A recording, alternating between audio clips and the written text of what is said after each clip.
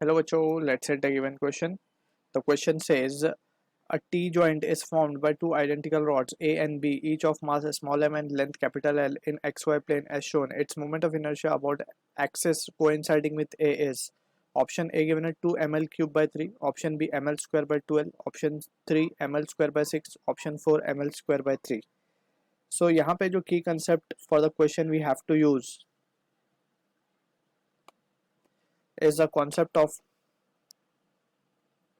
moment of inertia of system. So basically moment of inertia क्योंकि एक scalar quantity है, so we need to just simply we can add it or subtract it. ठीक है, तो यहाँ पे जैसे अगर कोई सिस्टम है, कंबाइन है दो तीन बॉडी से, तो अगर moment of inertia for about a particular axis we are interested in calculating, तो moment of inertia of system we can write it as to be I1 plus I2 and so on. ठीक है, अब यहाँ पे हमें ये चीज समझनी होगी, एक इंपॉर्टेंट चीज, along with the question let's say will analyse that part also. अब हमसे रॉड के बारे में बात हो रही है.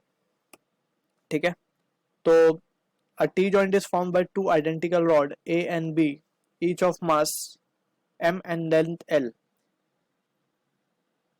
अगर हम रॉड कंसिडर करें, एक यूनिफॉर्म मास डिस्ट्रीब्यूटेड है ऑफ लेंथ L एंड जो एक्सिस है it is passing through the centre of mass in such a fashion, जैसे हम यहाँ पे डायग्राम में दिखा रहे हैं, परपेंडिकुलर टू इट्स लेंथ.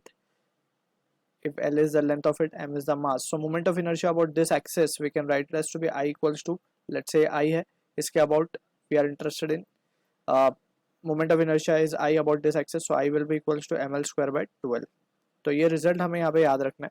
अगर हम मोमेंट ऑफ इनर्शिया, जैसे फॉर एग्जांपल एक्चुअल जो फॉर्मूला होता है मोमेंट ऑफ इनर्शिया का, वो होता है फॉर अ पॉइंट मास की. अगर हम बात करें, लेट्स सपोज एक पॉइंट मास है और this is the axis of rotation जिसके अबाउट ये रोटेट कर रहा है. ठीक है, तो मोमेंट और ये डिस्टेंस r है इसके बीच में, तो यहाँ पे मोमेंट ऑफ इनर्शिया हम लिखते हैं for this point mass as to be I equals to mr square. अगर ये मोमेंट मास जो है वेरी क्लोज आ जाए और we can say it comes on the axis of rotation itself, so moment of inertia will become zero because r will be zero in that case. So वही कुछ चीज यहाँ पे भी हम बेसिक यूज करेंगे. So यहाँ पे हमें दो रॉड्स गिवन है. अब हमें बोला गया हमें मोमेंट ऑफ इनर्शिया फाइंड करना about an axis coinciding with A, यानी कि इस एक्सिस के अबाउट हमें फाइंड करना है मोमेंट ऑफ इनर्शिया. ठीक है, तो अबाउट दिस एक्सिस सबसे पहले तो हम लिखेंगे for the system about A. Right, इस एक्सिस को अगर हम नाम दे दे ए, तो it will be about A, so it will be equals to moment of inertia about A, यानी कि for rod A moment of inertia of rod B about this A we are interested in calculating. अब A का about ए ढूंढेंगे तो it will B zero, क्योंकि ये वाली जो कंसेप्ट हमने डिस्कस किया उसी के बेसिस पे, क्योंकि ये कोइंसाइड ही कर रही है तो इसमें कोई डिस्ट्रीब्यूशन नहीं होगा.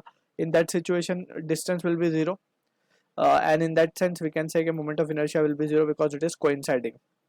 Plus अब हम बात करेंगे IB की. IB के लिए हम देख सकते हैं it is perpendicular to the length and passing through the center of mass, बीच में से पास हो रही है, तो the formula will be ml square by 12. So finally this result comes out to be ml square by 12, that is about A. So option 2 will be the correct answer for this. I hope you understood the solution. All the best.